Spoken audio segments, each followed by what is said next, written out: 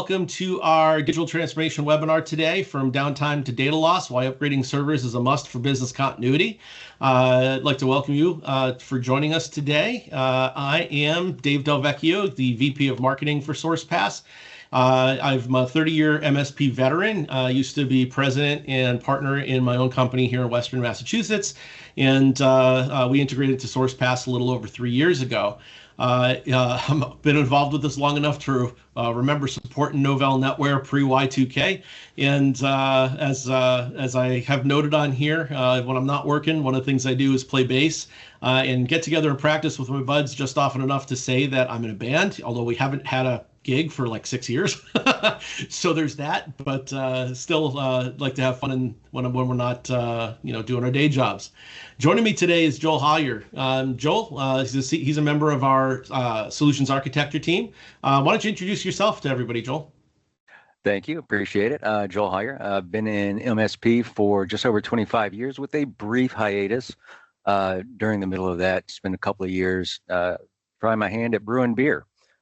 So myself and a couple of partners brewed some beer here locally for a couple of years until COVID shut us down, and then I had to come back to my real life and get a real job again. But also have a little experience with some of the older stuff back in the Novell days, and on through then. So looking forward to having a chat today. Nice. Appreciate you joining us. And so this digital transformation webinar is part of our digital transformation series. We tend to run these on the fourth Wednesday of the month, unless we have to reschedule for certain reasons. These are primarily designed to be more thought leadership as you're making plans for future investment in technology in your organizations. We also offer a learning series on a monthly cadence, typically on a second Wednesday of the month. Those tend to be about maximizing your existing investment in technology, and as a result, we talk quite a bit about the Microsoft 365 ecosystem, since nearly all of our commercial clients have some sort of a Microsoft subscription as part of their IT infrastructure. You can register for these events by visiting sourcepass.com/events to look at our upcoming schedule. We try to get the invitations out at least 4 to 6 weeks in advance of the sessions, and we've got an exciting schedule planned for the second half of the year, so I encourage you to keep on a lookout for sessions that interest you. The next one in our learning series, which is going to happen on July 9th, is going to be a deep dive into Microsoft PowerPoint Beyond the Basics. This registration page is live and accessible off of the events page, so feel free to register. In addition to our virtual events, our marketing team is also busy with a full slate of events going on in person. In fact, this evening, as we're recording this live session, we're going to be at Frawley Stadium in Wilmington, Delaware, where we're going to be holding a sweet night for our regional clients out of our Delaware office with the Wilmington Blue Rocks. We also have an event in Richmond in about a month's time at the Diamond in Richmond, Virginia, where we'll watch the Flying Squirrels take on the Portland Sea Dogs. If you're in the area, please sign up. We'd love to host you. And then in the middle of July, we're going to be hosting a block party at our Pittsfield, Massachusetts office, where we've got a food truck lined up, and weather permitting, if it's not 1,000 degrees or downpouring, which given the weather over the last few weeks, there's a good chance that either one of those things might occur. But hopefully we get some good weather. We'll be out there playing cornhole and having a good time with our folks in our Pittsfield, Massachusetts office. We'd love to have you join us. You can sign up for these events as well through sourcepass.com/events.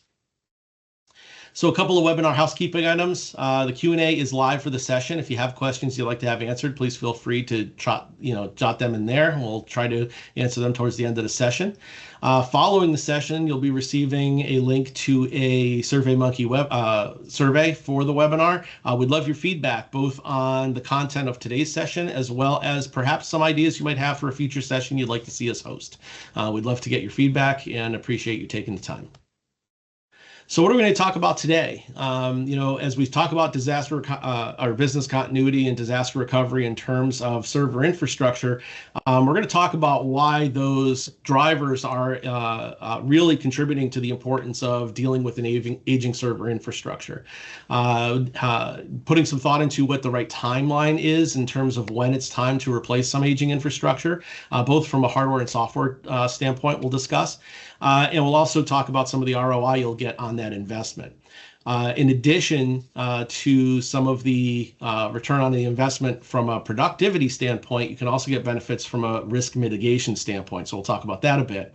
We'll offer a couple tips for transitions and understanding that different workloads need to reside in different places. We will address towards the end a little bit of a discussion about not only on-premise servers, which is really the primary focus of the discussion, but also co-location, cloud, or hybrid deployments, and maybe some of the decision drivers that will impact which is right for you.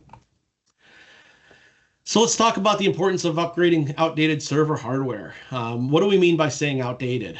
Generally speaking, when we use the phrase outdated hardware, we're talking about something that is no longer supported by manufacturers, which generally means that you cannot extend the warranties any further.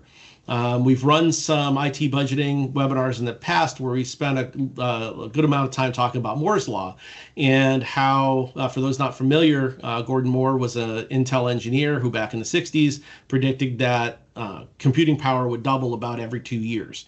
And what that translated to for a long time was that every 2 years you would get a new generation of hardware designed to take advantage of the newer software that was written, and usually over the course of 2 to 3 cycles.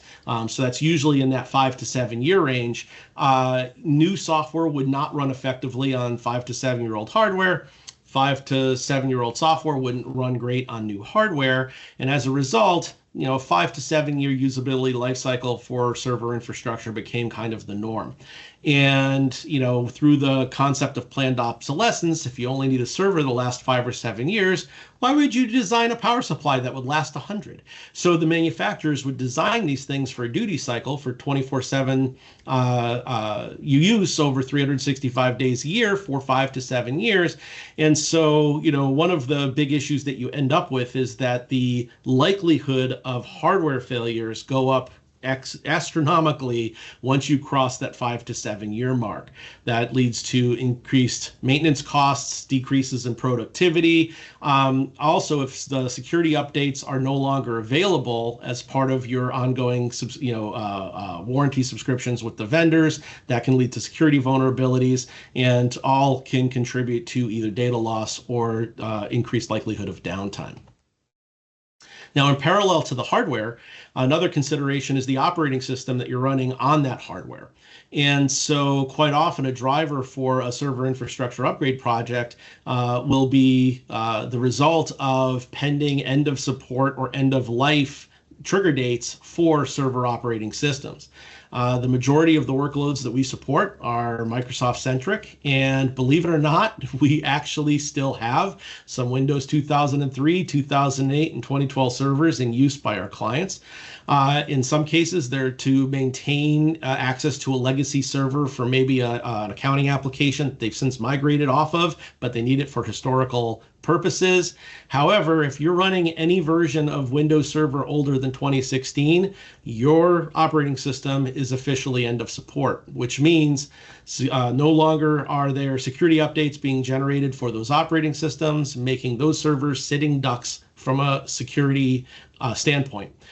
If a vulnerability is discovered, it can lead to a security event for which there will be no fix coming. So if you have older servers, older operating systems in your environment, it is imperative to have a plan to get those out of your production environment to make sure that you can reduce the potential impact of a security vulnerability should one come into existence. Now, the cost of downtime can vary greatly from business to business, but according to Gartner in their article, The True Cost of Downtime, Why SMBs Can't Afford to Ignore Disaster Recovery Planning in 2025, they estimate the average cost of downtime for businesses to be about $5,600 per minute. This can lead to lost revenue, meaning that if let's say the server that goes down is hosting the front end of a e-commerce store. Obviously, that's a direct contributor to lost revenue, but a lot of times it's decreased end user productivity. Server infrastructure at a financial institution goes down and they can't process deposits or close loans or so forth. That can have a huge impact on their operations. And you can translate that sort of an impact to any industry, whether you're in education or finance or healthcare or insurance or manufacturing. Obviously, it just compounds over time. Also, you're looking at lost resources due to remedial actions by IT. I mean, when you're dealing with a downtime incident, it's all hands on deck, and all of a sudden, it becomes everybody's top priority. It's not just an inconvenience; it is expensive to your business. In addition, you could lose data anytime you have some sort of a downtime instance that occurs. If you're lucky, you're able to recover it from a robust backup solution, but there are times where data will be lost and backup won't be able to get you up to the minute or so forth. And if you want to dive deeper into that, we have run some sessions before on backup infrastructure and disaster recovery planning. You can learn a little bit more on that. In addition to the loss of the data itself, you are risking reputational loss. Nobody wants to have to call a client back to tell them to resubmit their purchase order because it was lost due to downtime. And in the worst case scenario, you could lose reputation to the point where it's going to cost business to the point of impacting the continuation of the organization. So in addition to downtime and data loss, there are some hidden costs of running outdated hardware.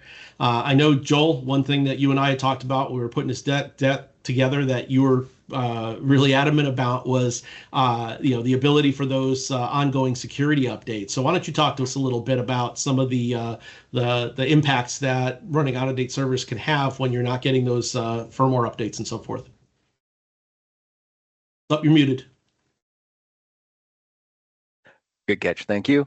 So not only the security updates, which are, of course, greatly important in today's world, as more and more things get connected, more and more things are at risk of being vulnerable to a cyber attack.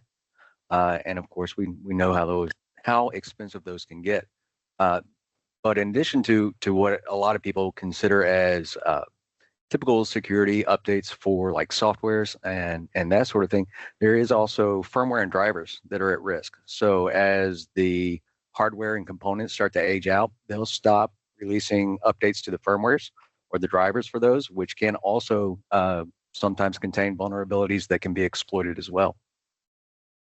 Absolutely. And a lot of times I know that when I was consulting with clients who were looking at buying new hardware, when we would try to recommend the attachment of like for a care pack for an HP server, for example, right, to extend or broaden the services that were included, sometimes you get the pushback that, well, doesn't the hardware come with a warranty? And quite often there's a base warranty that includes, 1 year, 3 years worth of support, but getting into the devil in the details of what's included in that might not meet the needs of the client. So can you give us some examples from your perspective? I mean, I know things like, you can upgrade from next business day to 4-hour response time is an option, but also with some of the failures that occur with things like hard drives. For folks who are in industries where they have, personal PII or PHI sort of information, personally identifiable information or personal health information, some of the upgrade options also include things like either drive destruction or you get to keep hard drives if they fail, correct? Right, absolutely. And typically the base warranties don't cover that. Base warranty is if it is a manufacturer's at fault failure, we'll replace it on our dime. Anything above that is usually going to be one of those increased bundles. Even whenever you start looking at things like the response time, like the 8x5s or the 24x7 response and replacement, when you look at that, estimated number of $5,600 a minute, an extra day to get a hard drive replaced or to get a server, back up and running can equal some real dollars. Absolutely. And I would imagine that from your seat, right? When you're working with the client strategist on behalf of a client and architecting a solution for them, part of what you're taking into account is their industry, their type of data, and so forth, to kind of, I imagine there's not one size that fits all, that what you're doing is trying to take all those factors into account when you're coming up with what's going to be right for that particular client. Absolutely. From a solution side, whenever we're architecting for a client, we do absolutely take the type of data, the sensitivity data of the data into account. And what I personally refer to, and I think a few others have as well, as risk appetite. And that is, how much are you willing to accept as far as downtime goes, as far as lost time and either employee revenue or accessibility to your systems. And that also feeds into things like you mentioned earlier, a backup and recovery plan. How often do we want to back up our data? If I lose an hour, that's okay. If I lose a day, not so much. And then the recovery time, which should be baked into a backup and recovery plan or a business continuity plan, where if we lose a server, how do we get that data back? How fast do I need it to be accessible again? And once it's accessible, the server itself, how am I going to connect to it to retrieve that data? So that's one of the things that should be planned for. We do that, take that in consideration when we're creating our solutions. But a big part of that, as far as data loss and that risk appetite, we can't really predict all the time. I don't know if the Johnson file is the most important file for your company, but I can tell you the best and most effective way to get it back. Right. And I guess the interesting thing about the risk appetite discussion is sometimes it's not necessarily the client's risk appetite. They might be willing to take a risk. If they're in a regulated industry, it's the risk appetite of the regulatory agency that oversees them. Oh yeah. So if you're a financial institution, it's your state's division of banking, the FDIC, the NCUA, who might be defining your risk appetite for you. So depending on your industry and what requirements they might have for you, that risk appetite might not be up to you, that decision. Correct? Correct. Absolutely. Yeah. Cool. So what are some signs that it's time to maybe look at replacing some of those retiring some of those older servers? If you're finding that your infrastructure is feeling slow and sluggish and is having a hard time dealing with workloads, and you're getting frequent complaint from users about performance issues and downtime, that's usually a good sign that it's time to take a look at that infrastructure. Of course, sometimes those lags might not be server related, could be other aspects of your infrastructure, but always it's a component that's worth looking into. If you're finding that you're getting increased maintenance costs, or that you're having a hard time finding replacement parts for older hardware, particularly if you're running those for which hardware warranty maintenance is no longer available, this can become a big issue. I know historically there were times we had to resolve ourselves to have to go to eBay to look at buying replacement parts for servers that were out of production for clients who had some legacy infrastructure issues. And when you're trying to source parts in an emergency downtime situation off of eBay, that is never a fun situation. No. So trying to avoid those sorts of things is definitely should be a priority.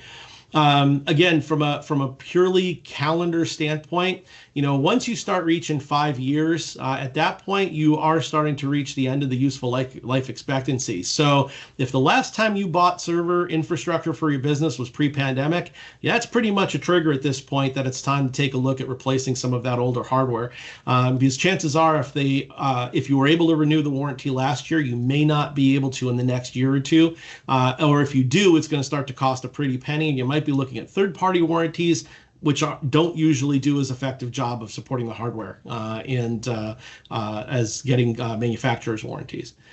if you're in an industry as particular, or if you personally are consider security a top priority, the lack of support for security updates and patches becomes a critical driver for retiring those old servers. And then the last option that we have listed is compatibility. Quite often, we've had to move some of those legacy servers that I mentioned were still in production environments to secondary environments, not only to remove the risk from a security standpoint, but because we couldn't get those servers to talk to some of the newer infrastructure and needed to almost set up a secondary infrastructure to be able to support them. Joel, any other ideas or thoughts on other times when it might be a good idea to think about retiring some of that old infrastructure? Absolutely, and mostly around the aging hardware and starting to see failures. There are a lot of failures that you typically wouldn't see. Like if you've got bad sectors on an old spinning disk, they don't always show up in logs. They don't always show up as an error to the user that someone would notice unless they're sitting there staring at the log files or have a monitoring agent going on that'll alert them to them. But a good thing to look for is moving parts will always fail first. So stuff like hard drives, I think that's the number one failure on any server is going to be the old spinning disk hard drives. Fan failures. After that, the more sensitive pieces like the memory or the CPUs. So, like you said, watching for slowness is a good thing to do. Having a good monitoring system to look for those errors that might get missed without active monitoring is also highly, highly important to catch those early so you can get out in front of them. A little bit of color, something that happened this week, just because you mentioned compatibility. So we had one of our server models that we'd been purchasing regularly. They actually had to cut our orders and requote and redo all the back orders to actually get servers in place because one of the components had gone end of life. So they could no longer get the component and did not have another make of that particular component to put in the chassis. So they had to go ahead and stop selling the chassis. However many they had on the shelf is going to be how many they have on the shelf because they can't get that one component anymore. So even if a vendor says, well, this server is going to be good for the next 6 months, 1 year to sell, if they can't get their component parts anymore, it's not necessarily going to be good to go. Yeah, great point. And the observation about moving parts brings back some bad memories. Because I will say, if there's one thing that's improved over time, it has been, and this is anecdotal from my perspective, that the occurrence rate of failures has gone down. But in part, I think it's because of better manufacturing. But also in part, it's to your point. Some of the items that used to have those moving parts aren't moving parts anymore, right? So when you moved from spindle-based hard drives to solid state SSD drives, because you don't have those things whirring at 7,200 or 10,000 or 15,000 RPMs, you don't get the physical wear and tear the way you did in the past, and so it has decreased over time. But even with power supplies, it feels like they're getting better and better at dissipating heat. And you don't see these giant fans on the back of these servers as much anymore. They're able to shrink those down and they dissipate heat in other ways. That's a great point. Absolutely. So I want to share a client success story and about ways that you can help mitigate some of these risks. So one of our partners up in the Northeast is Energy Income Partners, and they've been a great client of our Stratford office for over 20 years, and they've had a long relationship with them. And one of the nice things about this ongoing relationship has been that they've always taken a assessment and road mapping approach to try to be as proactive about staying on top of particularly security issues as possible. And through the ongoing relationship, what we've been able to do is provide oversight into critical areas needing upgrades and enhancements in advance, which allows the client to stay on top of a refresh cycle to the point where those unexpected downtime and other instances don't occur on a regular basis for them. because we're able to mitigate those risks in advance through collaboration with making sure that we're staying on top of their update cycle. So just shout out to our CS team who believes strongly in the importance of running regular assessments and road mapping with our clients. And if you haven't had a discussion recently with your CS resource, do reach out to them, because making sure that we're being proactive with you to help you manage your upgrade process as well will definitely help your long-term IT infrastructure stability as well.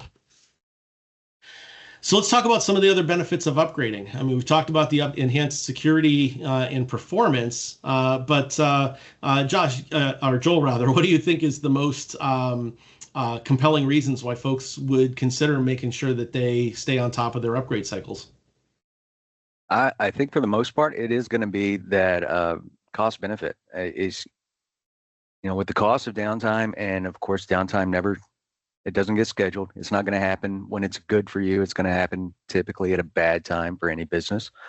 So getting ahead of that and making sure that everything is running the way it should be when you've got employees online trying to get work done is always the best.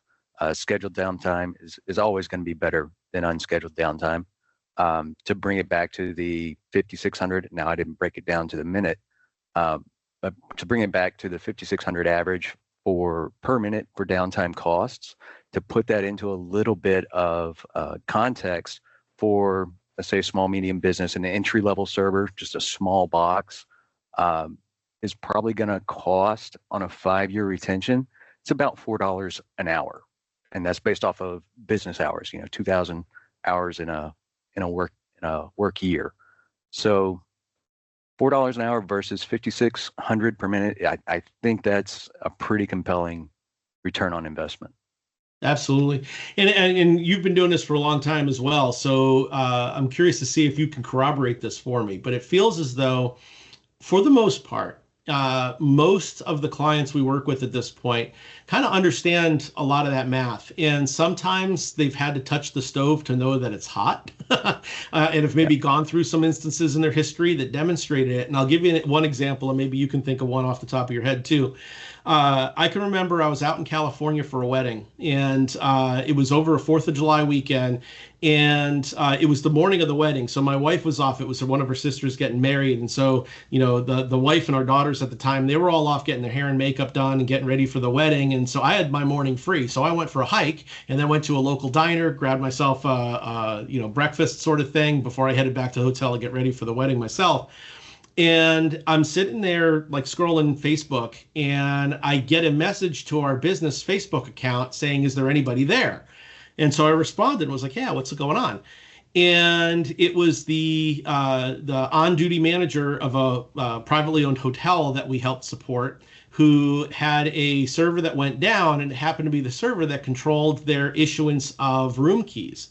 So here you have a hotel on a 4th of July weekend that could not check in new people or reissue keys to anybody who's needed a key reissued for whatever reason, and they're dead in the water. Now, I had conversations with the hotelier in the past where he actually had said to me, he goes, "Well, we're not an IT company, we're a hotel, so maybe this stuff isn't really as important to us as it is to a client, let's say in financial services."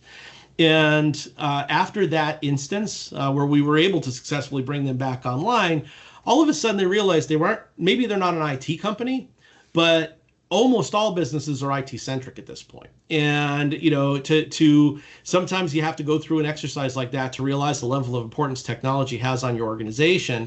The key takeaway there is you don't necessarily have to be a technology company to be technology centric. And I don't care whether you're a landscaper who plows snow in the winter. Like, if you're planning your routes and sending out your invoices, you're as technology centric as your local community bank. So from your perspective, do you find that clients understand the importance of kind of the proactive planning and the level of importance the server infrastructure can have on their business? And do you have any other examples of where maybe folks had learned some lessons the hard way? Yeah, I absolutely agree. I mean, it's been 30 years in the making, but absolutely. And I think a big part of that is that technology is getting more prolific. It is getting more and more integrated with our day-to-day lives, and thus, the businesses that we deal with on a day-to-day basis. And just for a little bit of color, I'll tell you one of my lessons learned. One of my support accounts, early days. So I'd say, I don't want to say it. Yeah, it's been about 20 years ago now. During one of my support days, I got a call, and this was at a manufacturing facility, asking about one of the servers that I was in charge of carrying and feeding for. And they were having a trouble with, basically, is the whistle that blew at the facility that let everybody know it's time to change shifts, go to lunch, etc. And come to find out, this whistle hadn't blown in almost a week. And I go, I check all the servers, everything's up and running. Once upon a time, even before I had gotten there to start, another engineer had built a greenboard control device that was plugged into the back of one of these servers. And it was actually in a screwdriver case, just plugged into an old serial port. And that greenboard had gone bad, and we had no way of replacing it. So, of course, we were scrambling to try and figure out how are we going to make this whistle blow so everybody knows when it's time to go home. Yeah, and sometimes it's those sorts of ad hoc solutions. Boy, they're put in because somebody thought it was a good idea, but when they're not supportable, I mean, when it breaks, you're kind of stuck. We had an instance, one of our technicians had sent out a picture where they actually. It was an old hard drive that if it was kept flat or parallel, it would fail. But if you held it at a certain angle, it would hold. So they basically built this piece out of cardboard and rubber banded the hard drive to the cardboard to hold it in the case at the right angle in order to keep the server up. And it's like, you look at stuff like that and you're, oh my goodness, I guess any port in a storm, but that's where, again, proactive maintenance will hopefully help eliminate the need to do crazy stuff like that. The good old days. Let's see here. So we mentioned at the outset, there are times where on-premise, equipment, there's still a lot of it that's out there. I can remember being in an industry event well over a decade ago, probably more like 15 plus years ago. And a presenter had prognosticated that within 5 years, all servers would be moved to the cloud. A lot of servers in services that run on servers have moved to the cloud, but servers are still around. We still have a lot of them out there. But there are times where, cloud makes sense. Co-location, which is where, the server's not physically in your physical office, but you're co-locating it in a data center, for example, to take advantage of redundancies of internet and power might make sense. As a solutions architect, just talk it through a little bit, Joel. How do you work with a client to determine, let's say they have a legacy physical infrastructure in place. What are some of the triggers that maybe come up for you that help you kind of maybe offer that, hey, have you thought about moving the server into Azure AWS? Does it make sense to co-locate this hardware in a new location? Or does it make sense to run some sort of a hybrid solution to maximize kind of performance and uptime? What are some of the factors that go into how you make those recommendations? Absolutely. And some of those factors, I think the most important that I usually focus on, and I think a lot of different architects have different approaches, but my first focus whenever I'm talking is going to be on access. How do you access it? When do you need to access it? And are you accessing it from more than just one location? Mm-hmm. So with that being the premise, then you can start to determine what's our cost going to be if I need to replicate this data across multiple sites, or if I need to put in VPN to multiple locations. Excuse me. Sure. Well, and I can imagine the interesting thing about this discussion is we could probably have an entire hour conversation just talking through these 5 bullet points because, Yeah, we have a resource in our East Hampton office who has a sticker in his desk area that says it's not the cloud, it's just someone else's computer. So, when you do offload something to the cloud, which sounds like this big amorphous thing, there's an assumption of things like enhanced security and compliance, because surely Microsoft is maintaining a more secure environment that I could pay to implement myself. And there's certain truth to that statement. But on the other hand, if you're spinning up your own server instance, but you're neglecting security updates to that server instance, and you're opening up wild access to anybody who knows there's no multi-factor authentication, yada yada yada, you could build an insecure solution in the cloud very easily. So, a lot of times it's easy to throw the checkbox on a slide like this to say, oh yeah, well, enhanced security and compliance is available in the cloud, perhaps. For certain things, yes, but that's not a global checkbox, right? Correct. And that's pretty much right. It's someone else's hardware. It does take that component is so that you're not so much capitally invested, and it just shifts that into ongoing investment. So you're paying someone else to purchase hardware, keep it up and running, keep that aspect of it going, and in return, you're going to pay them a monthly subscription cost of some sort to use their hardware. So you're absolutely right. We've actually seen it happen a couple times where there was, access given either directly or indirectly without knowing some web access to someone it wasn't supposed to be given to. And in one or two cases, I've seen it where there was web access given into an environment to anyone with a web address, just because of the way they had it set up. And so, yeah, it can be through misconfiguration. It can still be made insecure, even though there are some higher baseline securities whenever you start looking at that. And also, I mean, to keep in mind, or to, I guess, maybe put an exclamation point behind it, as we all saw with the Amazon incident, however many years that was ago now, where, they had multiple data centers get impacted. Even uptime's not necessarily guaranteed because it is still a chunk of hardware sitting in a building somewhere. So that actually brings up a good point around going back to risk appetite is, how important is it to be accessible and how important is it that I can get to it? Because even whenever you start setting up those cloud environments, you'll see that you have different levels of like redundancy, and that can be either data or compute resources. And you'll have like local resources so just like on site, I've got a computer. I have no redundancy built in. It's got one hard drive, one processor. You can do the same thing in a cloud environment, and that just means somebody else owns it and is operating it and is keeping it fed and watered. But then you can do system redundancy. You can do local redundancy, which is adding more hard drives or even an extra server, but still in the same building, in the same place. Regional redundancy, which would be another copy of the server in a different building, but still in, say, like the same geographic area. So if they're both on the East Coast, and since we're coming up on hurricane season, hurricane comes through and you got a big swath of the East Coast without power, you could still lose both of those. And then you have zone redundancy, which is, so you've got one in the East Coast, we're going to replicate that, but we're going to put the other one on the West Coast. So it's in a different geographic zone, won't be impacted by the same environmental or geographical type of disaster or outage. Mm-hmm.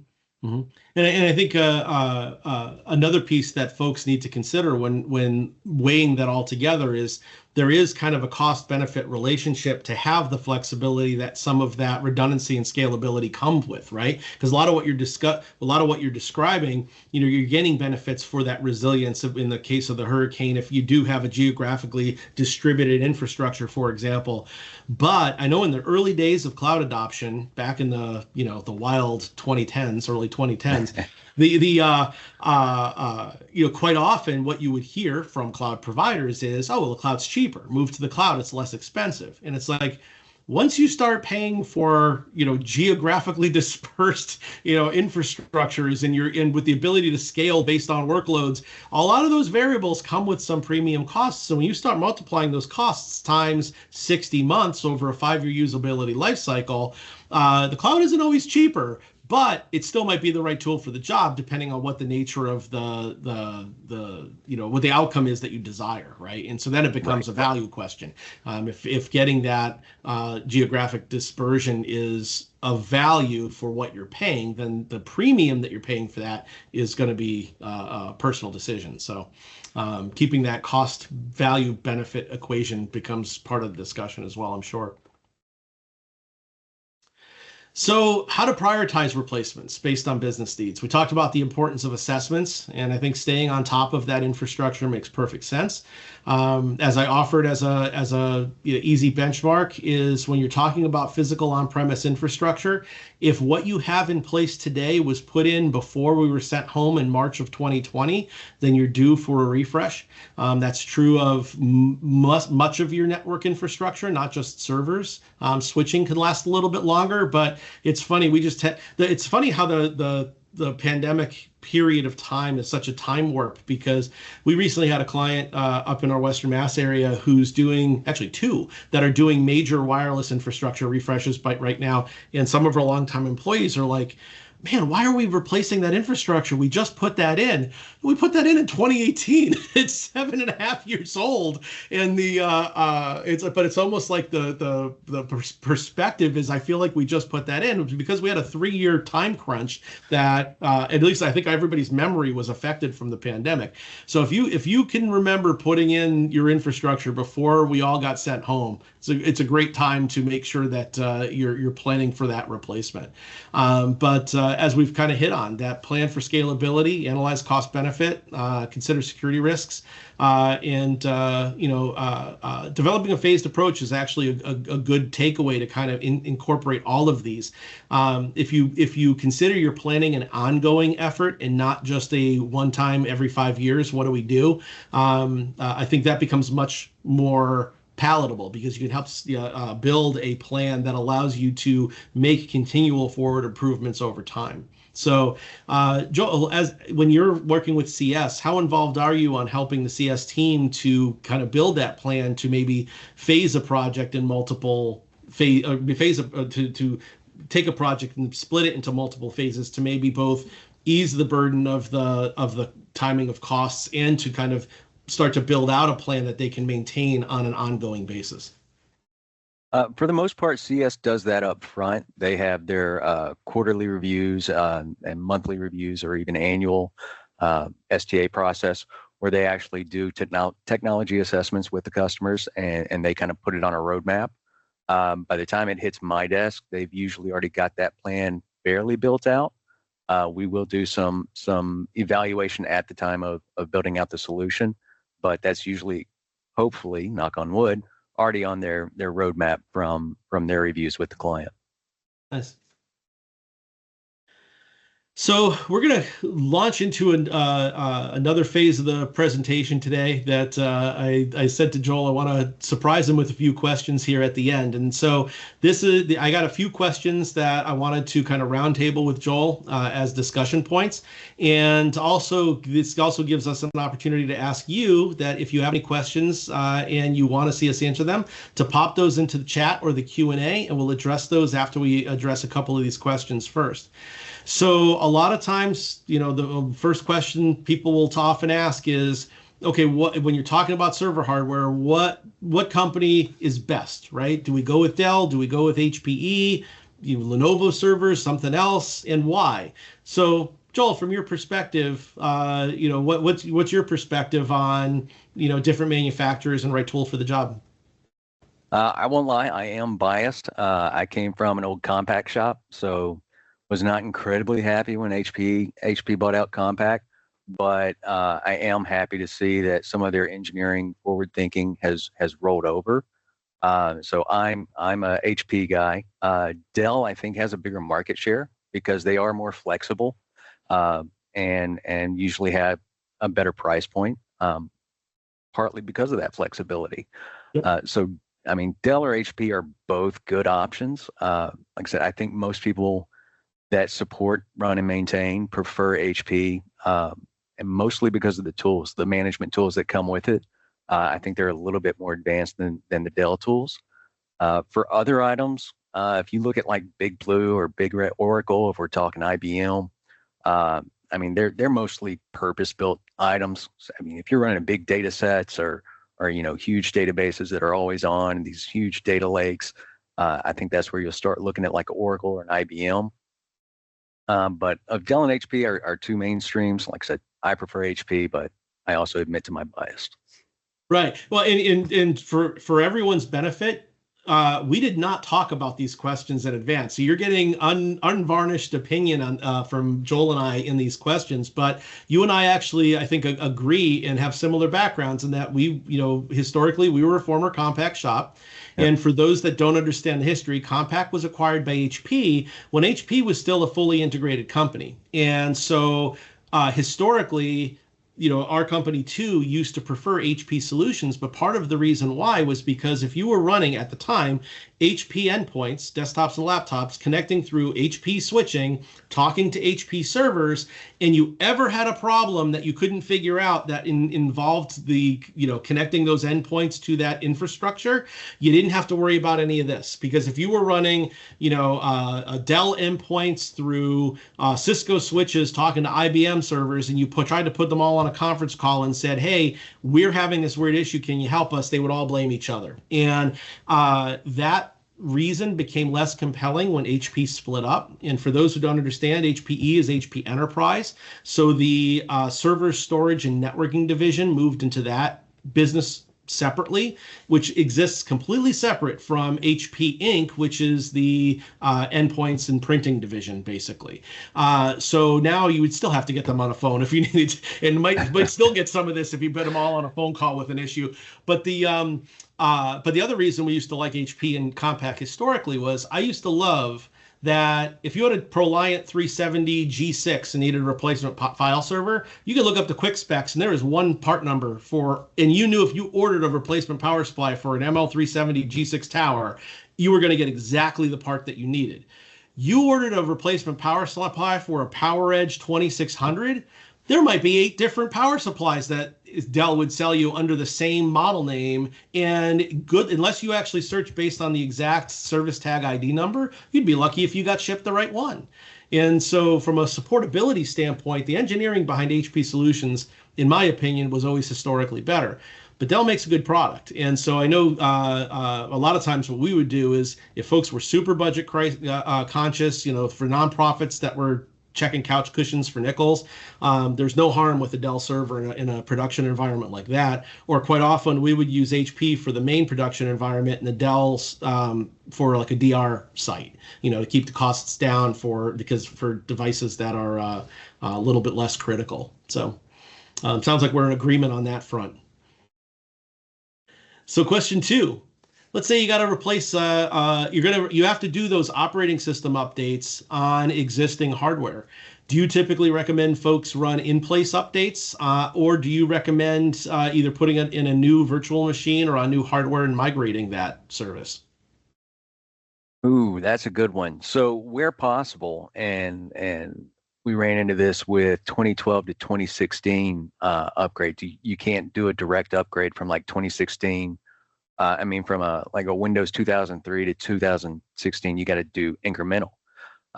So with that in mind, and some of the pain points that I've heard from our ProServe engineers, I would say if you're doing a one-step update, if we're going from like 2019 to 2025, 2016 to 2019, I'd say do it in place. Anything after that, you start to run into compatibility issues, as we talked about earlier. And also, there's a certain amount of files during an upgrade that get duplicated, not necessarily replaced. So you start chewing up some disk space that you don't necessarily have to commit to your operating system.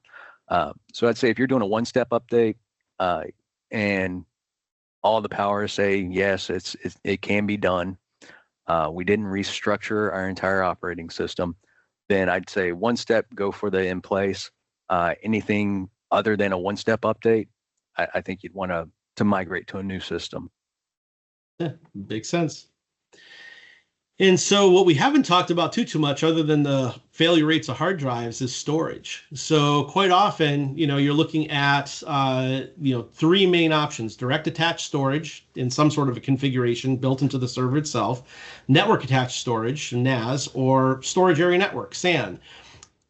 So at what point do you find folks tend to start to move away from having, direct storage in their servers into centralized storage into a NAS or a SAN type environment?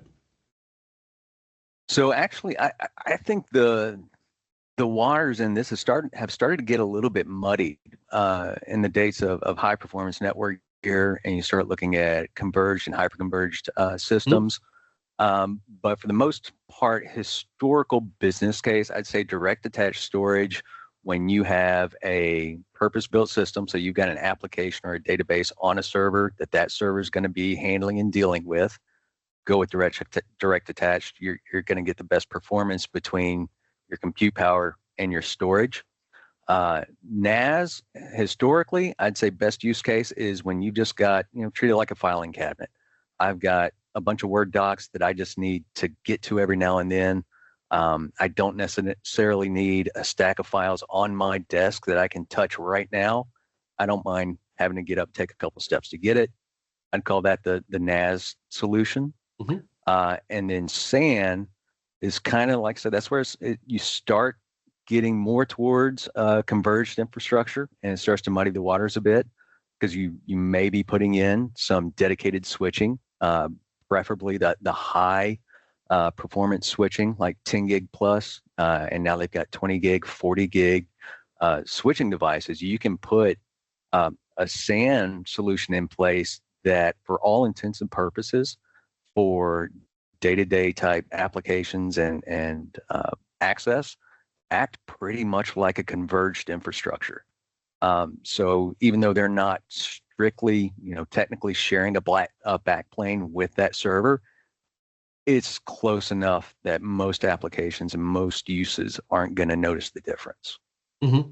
In what really resonated with me in the examples you just ran through was particularly around the use case of NAS, because those network attached storage devices, and in some cases you can get a lot of storage really inexpensively. And when we were often inheriting new clients that had storage related issues, it was usually around they tried to save a nickel, moved a bunch of their primary production environment data onto a low-cost NAS, and then complained either about performance issues or the NAS failed and they couldn't bring it back from backup. And it's like it was a little bit of a self-inflicted issue because they were using the wrong tool for the job. Give an example, actually consistent with the way you just described it, of an environment where we use NAS that worked out really well for the client's behalf was we support a museum that had over 4 terabytes worth of data in their production environment, and backing that data up was becoming increasingly difficult because it's a lot of data that you're trying to keep up to date in a backup and DR scenario. When we dove into what the contents of those 4 terabytes were, over 3 terabytes were legacy marketing materials for events that the museum had run in the past that they wanted to keep around because, well, we might want to do a variation on the event we ran 3 years ago again, so we would just update all of that information and spin up a new event. But it wasn't changing. And so what we ended up doing was offloading that 3 terabytes of historic data onto a NAS so they could still access it, took it out of their production environment, reduced the cost of the storage for their server, and reduced the cost of their backup infrastructure because now they're only backing up a terabyte of data instead of 4 terabytes of data.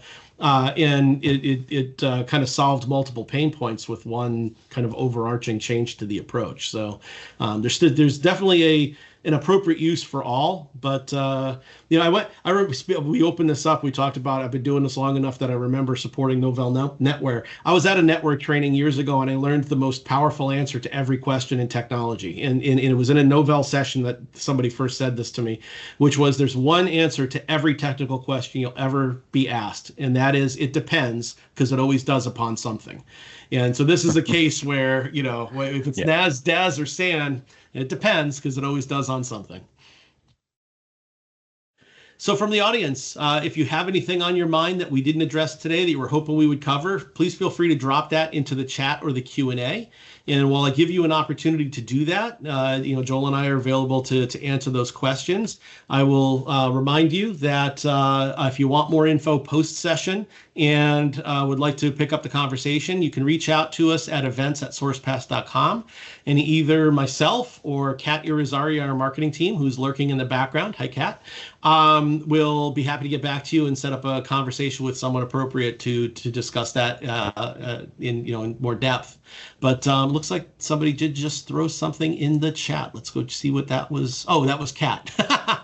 So as I mentioned, in addition, Kat is putting out the SurveyMonkey post-event survey. Please remember to fill that out for us as well. And as I continue to filibuster, I'll give folks another 30 seconds or so to pop any questions in the Q&A or the chat. While we're giving folks that opportunity, I'll just say thank you again to Joel for joining us today.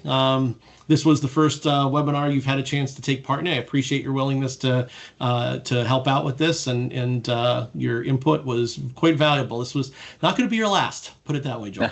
So as we plan the second half of the year, like I said, we have some exciting topics coming up, so stay tuned for some of those topics.